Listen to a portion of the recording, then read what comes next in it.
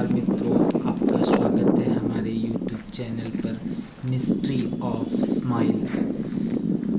कल बहुत ही सुंदर जगह हम लोग घूमने गए जिसका नाम है पेड़ गांव का किला, जहां पर एक बहुत प्राचीन मंदिर है, लगभग 800 साल पुराना, जो बहुत अच्छी तरीके से पत्थरों में मूर्तियाँ, पत्थरों में जो डिज़ाइन बनाई गई है, बहुत ही आश्चर्यजनक डिज़ाइन है, जो कि आप इस वीडियो में देख रहे हैं।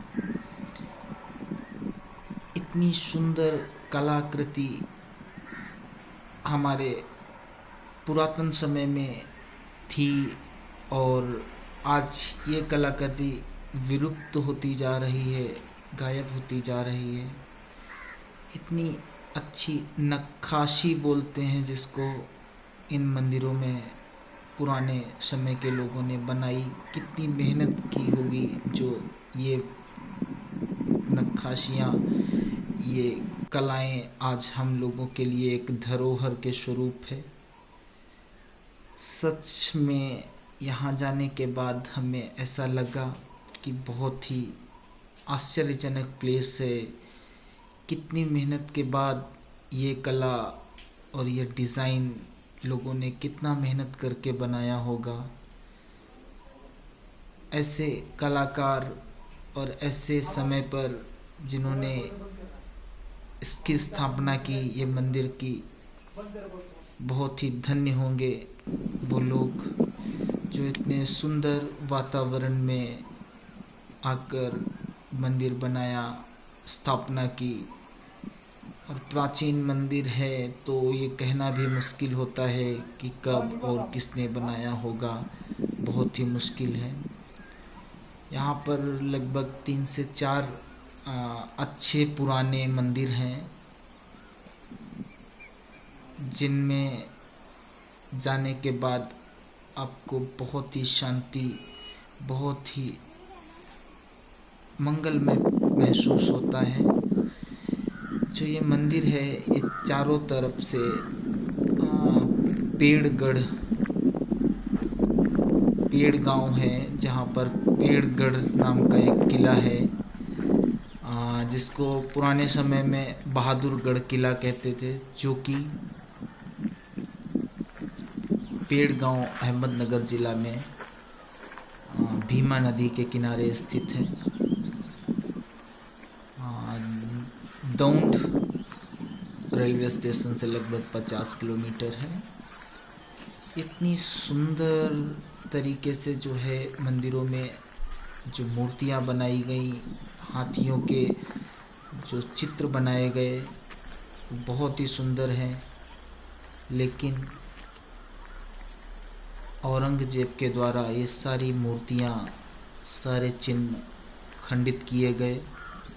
जैसा कि आप जानते हैं कि मुग़ल शासन में जितने भी हमारे पुरातन काल के मंदिर थे, उस सारे मंदिरों में हमारी मूर्तियाँ, हमारे भगवान की मूर्तियाँ खंडित हैं।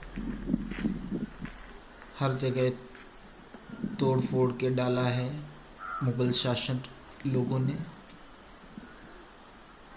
लेकिन आज भी जो कुछ भी है वो हमारे लिए अकल्पनीय है।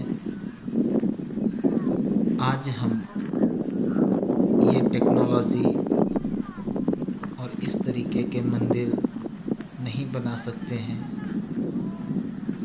क्योंकि वो साइंस, वो लोग, सब कुछ गायब हो चुका है। आप देख रहे होंगे वीडियो में, प्लीज़ एक बार पूरी तरीके से इसको अच्छे से देखें।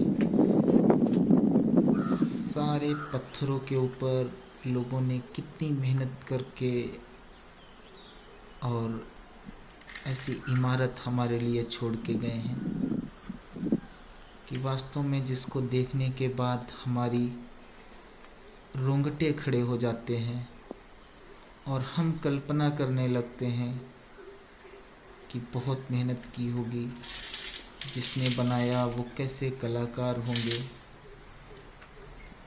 कौन सी साइंस और तरकीब का इस्तेमाल किया होगा जो उन्होंने पिलर और ऐसे पत्थरों को रख रख के इतनी अच्छी और सुंदर इमारत का अंजाम देते थे।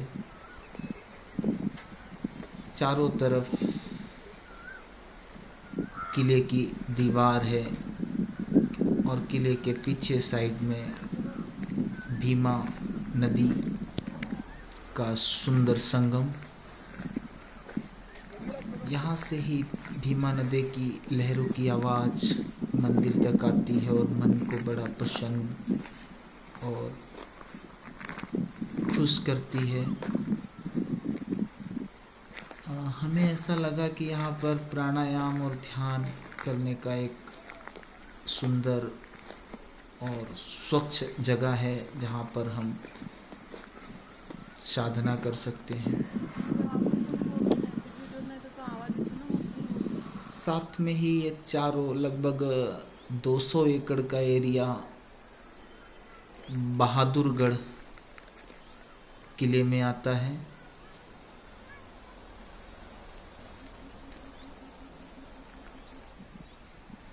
कई सारे मंदिर हैं यहाँ पर, बालेश्वर, लक्ष्मी नारायण, पातालेश्वर जैसे मंदिर हैं यहाँ पर, और स्वच्छ और सुंदर वातावरण है। अभी हम आगे जाते हैं और आपको दिखाते हैं बहादुरगढ़। यहाँ पर एक इतिहास जुड़ा है हमारे साथ में। ये जो दरबार देख रहे हैं ये बहादुरगढ़ का मेन दरवाज़ा है, जहाँ पर संभाजी महाराज को कैद करके रखा गया था। ये एक ऐसी जगह थी जो एक समतल जगह थी, जहाँ आसपास लड़ाई झगड़ा छुपने की जगह नहीं थी। एक बाजू में नदी, दूसरे बाजू में पूरा समतल एरिया था। तो औरंगजेब ने यहाँ पर संभाजी महाराज को रखा था ताकि आजू बाजू से कोई भी मराठा सैनिक आक्रमण ना कर सके और यहाँ से दूर से ही नज़र रखी जा सके। इसलिए संभाजी महाराज को यहाँ पर लाए थे। यहाँ पर ही लाने के बाद में संभाजी महाराज को बहुत टॉर्चर किया गया। उनको मुग़ल धर्म स्वीकार करने के लिए बहुत ही उनको प्रताड़ित किया गया, लेकिन उन्होंने भी कसम खा रखी थी, जिस देश जाति में जन्म लिया बलिदान उसी पर हो जावे। जिनके पिता महाराज शिवाजी महाराज इतने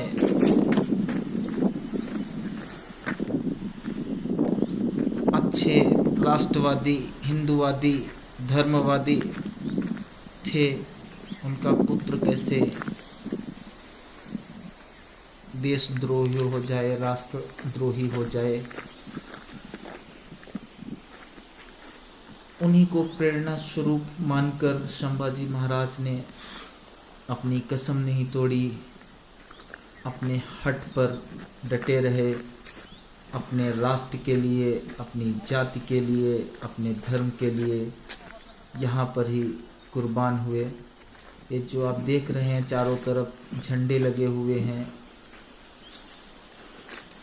भगवा ध्वज है, यहाँ पर ही उनको बहुत ज़्यादा टॉर्चर किया गया। बहुत बुरी तरीके से उनको दर्दनाक मौत दी मुग़ल शासक औरंगजेब ने। यहाँ पर उनकी आँखें फोड़ी गईं, उनके नाखून निकाले गए, उनके बाल निकाल दिए गए, उनकी त्वचा निकाली गई, फिर उनका सर काटे गए। ऐसे कई सारी जगह से कई शास्त्रों में ऐसा वर्णन है। लेकिन हम नमन करते हैं ऐसे महापुरुष को जो मौत के डर आने के बाद भी अपने राष्ट्र, अपने धर्म के लिए मौत को सामने देखते हुए अपनी आन बान और शान के साथ डटे रहे और हंसते हंसते एक एक अंग गवा दिया अपना, लेकिन धोखा नहीं दिया अपने राष्ट्र को, अपने धर्म को, अपने समाज को, और बलिदान हो गए। बहुत सारी लंबी कहानी है संभाजी महाराज की वीर गति प्राप्त होने की। तो बहुत ही सुंदर जगह है। ये महल है जहाँ पर औरंगजेब रहता था, जिसका नाम था दीवाने खास। पीछे नदी सुंदर। यही वो जगह है जहाँ संभाजी महाराज ने आखिरी सांस ली और उनकी आत्मा परमात्मा में विलीन हो गई। आज भी वो हमारे सबके दिलों में जीवित हैं और आपको क्यों लगा कि ये मस्जिद जैसा है? इन सारी जगहों को सुरक्षित रखना हमारा धर्म, हमारा कर्तव्य है और हमेशा के लिए इन जगहों के साथ में उनकी वीरता, उनकी राष्ट्रनिष्ठा, धर्मनिष्ठा को भी जीवित रखना हम और आप सबका ये कर्तव्य है। तो आप लोग भी अगर कभी भी समय मिले तो बहुत ही नज़दीक है, जाकर एक बार वहाँ पर 2 घंटा तो मस्जिद ही है ना सर, घूमे बनाया। हाँ, इसलिए स्मेल भी मस्जिद जैसी आ रही है अंदर। जहाँ पर ऐसे महापुरुष ने हमारे राष्ट्र के लिए, हमारे धर्म के लिए अपनी जान को निछावर कर दिया। और ज़्यादा से ज़्यादा ये वीडियो शेयर करें ताकि इस जगह के बारे में सभी को पता चल सके। धन्यवाद।